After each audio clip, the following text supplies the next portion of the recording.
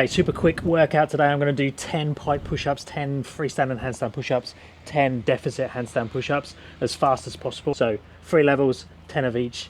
Let's go. Now, if we're going to do a workout like this, we've got a total of 30 repetitions. We're doing 10 reps of each progression.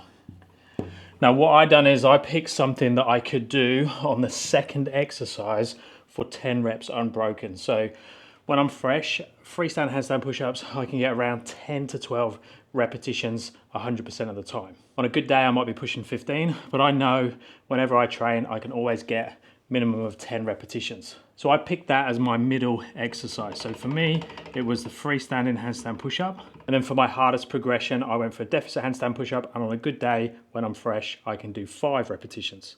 So then I know I can definitely get these 10 repetitions of each of the harder exercises. I just don't know how long it's going to take me when I'm already fatigued from the earlier ones. But if you want to follow along, I would do exactly the same thing, but I would just work out what exercise you can do for the 10 reps unbroken. That will be your middle exercise.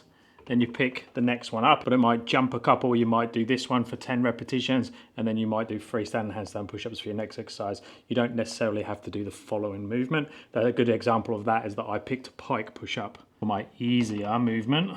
And again, I knew I could easily do 10 reps unbroken, and it wouldn't fatigue me too much to go into the freestanding handstand push-up, but it was going to make it a challenge. So the main progression line I've put down here can obviously be split even more. So if push-ups are really challenging for you, you could elevate. You could put your hands up on something to make it easier.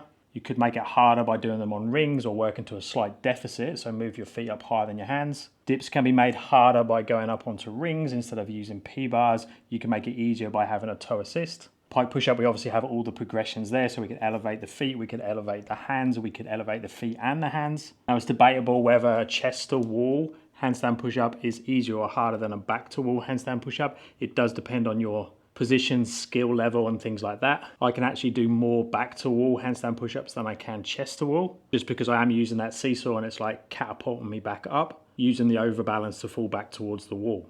But with the chest to wall, you're basically dumping on top of yourself and it's really hard, especially if you put way too much weight into the wall. So those are going to be a little bit dependent on the individual. Then obviously freestanding handstand push-up is going to be very dependent on how good your balance is and how much you're conditioned through that full range of motion, and how, again, like the back to wall version, do you know how to use the overbalance to help you out. Exactly the same with the deficit handstand push-up, and you could do a deficit handstand push-up with the back to wall or the chest to wall variations, and there is some variability on depth. Technically, a deficit is just going a little bit past the hands, but full range of motion is seen as your collarbone or your shoulder touching the bars or a box. Now, I do have more videos explaining the progression lines with lots of different skills. I think it's something that's very, very important and something that I use when I'm coaching and when I'm developing programs. Now, if you are interested in coaching or programs, check out my website, www.paultwyman.com.au.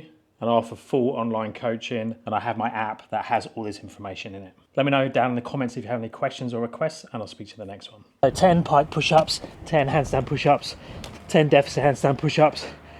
It took around 13 minutes. Nice and simple, quick pump, and something you can try and repeat and try and beat.